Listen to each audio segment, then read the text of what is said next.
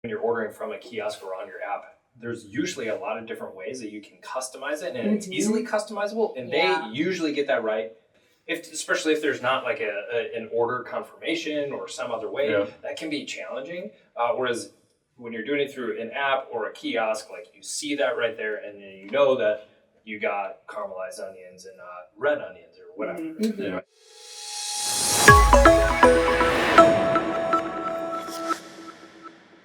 Hello, everyone. Happy New Year. Are you growing your business with different generations? That's the topic that we're going to talk about today. I'm joined by three new guests on the podcast. Craig from our operations team, Carter from our engineering team, and Kendra from our purchasing team. Thanks for being here. You're welcome. Yeah, thanks for having us. So today, the first episode of the new year, I want to talk about what you all value when you visit a business. Most in particular, restaurants, convenience stores, food service type businesses. So the way this topic came about is when I was at Mertech last year, the CEO of Red Lobster was the guest speaker, and he talked about how different generations value different things when they visit a business. So he talked about, some people value the quality of the food, some people value the service, the atmosphere, the vibe of the place, and then the price. So I kind of just want to open it up and see what you all value the most and why, and we can kind of start there. So I can go first. So I would say that I have two different ways of valuing the business or the restaurant.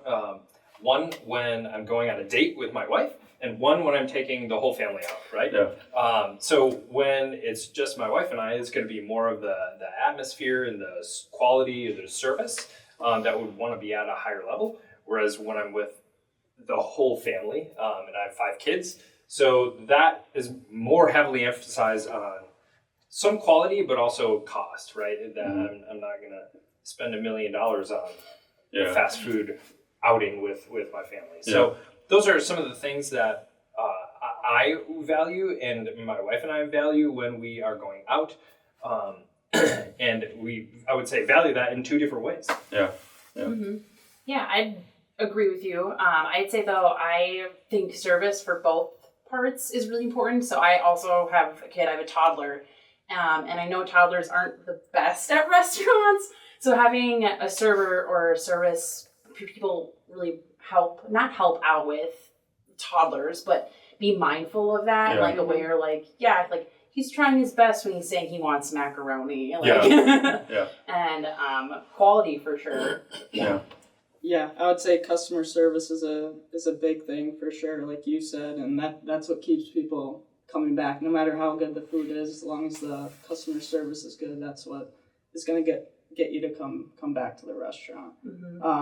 I'd say another big thing for me is just whether the restaurant is well maintained or not. So for example, like inside the restaurant, is it clean? You want the place you're eating and visiting to be clean, as well as in the drive-thru, for example, you want working equipment, it's not outdated, everything functional.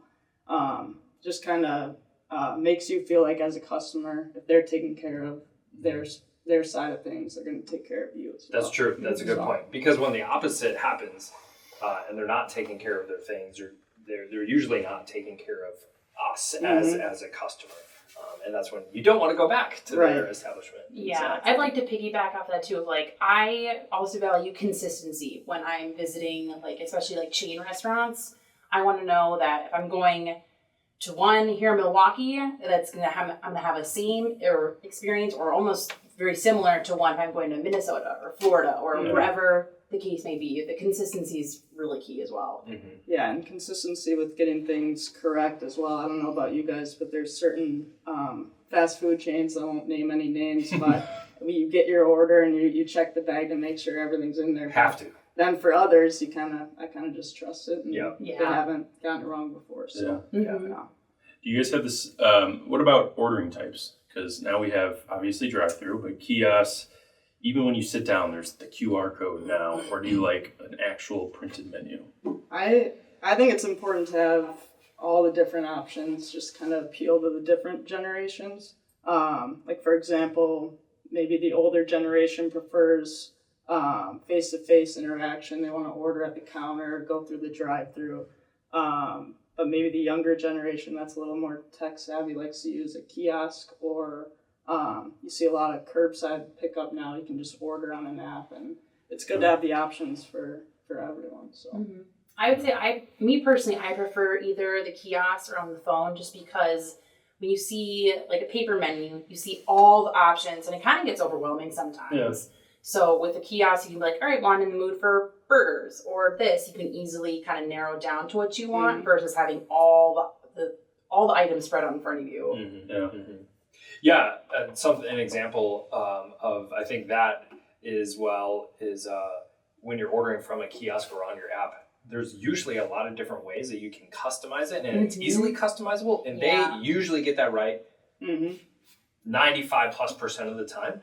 Whereas when you're trying to convey that information, you're not sure what they're getting, and especially if there's not like an order confirmation or some other way, that can be challenging.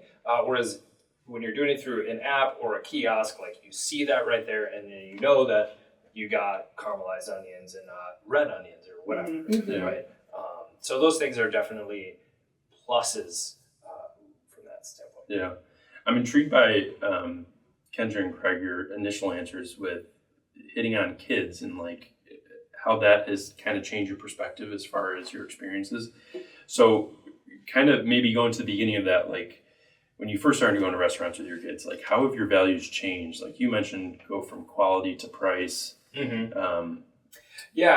I would say for us, there's been when our kids were younger, it was more about like that same consistency and like, oh, we know that we're going to go to McDonald's or whatever the chain restaurant. But then as our kids have gotten older or us having more kids, it was more about price because there's just more people and not going to try and spend that much. But then also we've shifted more towards wanting to have a good quality food experience and have good clean food rather than like a fried burger or a fried stuff.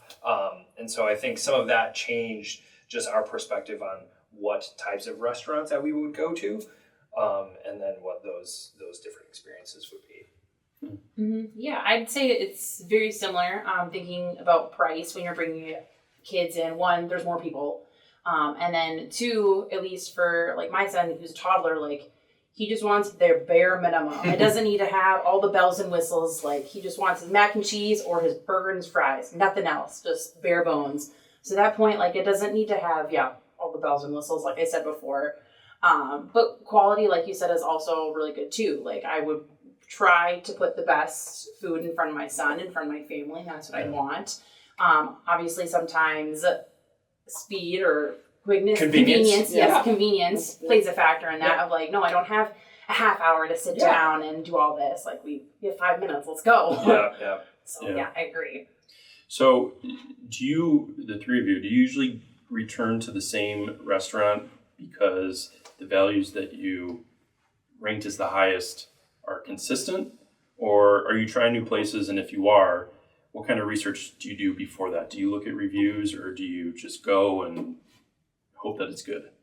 Yeah, I'd say I tend to stick with the same places, but I do like to try new places here and there. I wouldn't say I do necessarily much research beforehand, but I just give it a shot. And I guess if they're kind of meeting my criteria of what I value in a restaurant, then it'll be a place that I'll go back to.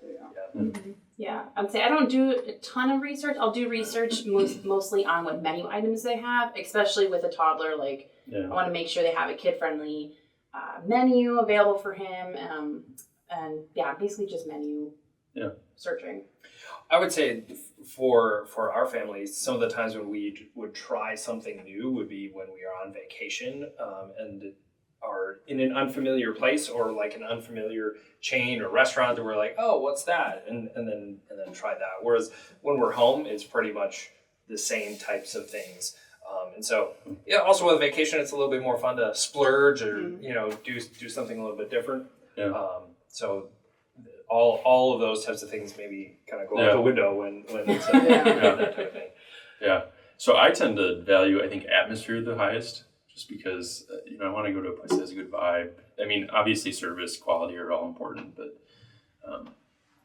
for some reason I just value atmosphere. So in thinking about what we do with branding, signage, and technology, that really ties into the atmosphere the most out of all the other values. So what about an atmosphere makes it important for the customer? Starting right off the bat, like the menu itself. Like, can I read the menu? Can I easily decipher what it is, what I'm getting? And also just if it looks nice, is it pleasant to the eyes? If it looks too cluttered or just not a good layout, like I'm kind of almost immediately turned off. I'm like, did I make a mistake coming here? Yeah. And I think also too, what Carter was saying earlier of if the place is taken care of and clean and orderly, like that plays into the atmosphere, and that can be with the menu board or even just like the area that you're walking into, if it's a quick serve or a sit down type place. Having things be clean and orderly and then easy to use, I think is also key. And I think that's what you were kind of talking about, Kendra. Making the menu easy to, whether it's a paper menu or a menu board, things that we specialize in, we try to take that into account. And I think I've learned to be a little bit more critical of those things since my time starting here. Just knowing what we try and do and try to help our customers with to make it easy for our customers to be efficient and to know that they're ordering the right things and that they're getting the right things. Because there's also the sense of if the drive-throughs run down or their menu board's old and needs an update, it's kind of like, well, if you're not putting care and focus into those things, how much are you actually putting into the customer experience and the food you deliver? So, and then kind of my final question is, going along with branding, signage, and technology, how can a business bridge the gap between generations and kind of help, with the solutions that we offer? How can you help somebody that is in their 70s, 80s compared to, in their teens, on TikTok all the time, two completely different mindsets. I think that's kind of what I hit on earlier a little bit, just having the different methods of ordering. So you have maybe an app that, like you said, the younger generation, they're on their phones a lot, they can easily order there, but then also still having those other options to order inside at the counter or through the drive-thru for the older generation as well. So just having different options that appeals to everyone. Yeah, I 100% agree. Yeah, and making all of those options easy to use for the customer. And I think that's the biggest thing. No matter what it is, if they don't have an app, but you walk in and it's a confusing menu, then it's just frustrating, right? Versus if there is an app and, boom, I want this, and this, order and be there in 5 minutes. That's super easy to use. And then you'll go back to that restaurant continuously because it's easy. And if there are other things like atmosphere and quality of the food, those are things that play into all of those that really help. Yeah. And I think that, the difficult part with that is making sure that you're advertising all these different ordering points at each ordering point. So if you're inside saying hey, we have a drive-through, there's kiosks, there's, curbside pickup, whatever. So, alrighty. Well, I appreciate the conversation. Hearing all your perspectives. So you all are brand new to the podcast, so we end with a fun get to know you question. So first episode of 2026, what is a event or trip coming up in this year that you're looking forward to the most? It doesn't have to be some extravagant thing. It could be event in Milwaukee in the summer or whatever. Well, that's a good question. Actually, me and my family are taking a trip to Florida, Fort Myers, and we're just having good family time. Nothing too crazy or anything, just good family time. Nice. For me, it is a big trip that I'm planning in May. I'm planning to go to Madrid with some friends and my sister. She actually did a study abroad program there last year, so she knows the area pretty well. So she'll kind of show us around, and we'll visit some other countries around there too. Yeah, that'll be fun. Cool. Yeah, looking forward to Cool. For me, I am for the second year in a row taking my boys and then my brother-in-law and my nephew to the Dude Perfect live tour, and so we're doing that in July, and it will be a fun event. My boys don't know yet, so it's a surprise, but hopefully they don't watch this podcast. yeah, I don't think they will. You never know. Yeah, you never know. But so that's something that I'm looking forward to the most. That's fun. Nice. How about you, Brian? My brother lives in New Orleans, and he has for a few years now, and I've never visited. So we're going down for Mardi Gras next month. Nice. Get to experience all the parades and all Yeah, that fun stuff. So yeah. Sounds like fun. yeah, it'll be a little chaotic probably, but Come back Good. with a lot of beads. Yeah. yeah. Well, thank you again.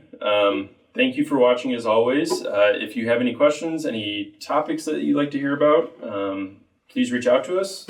As always, howardcompany.com. But thank you again. Happy New Year, and we will see you on the next episode. Bye.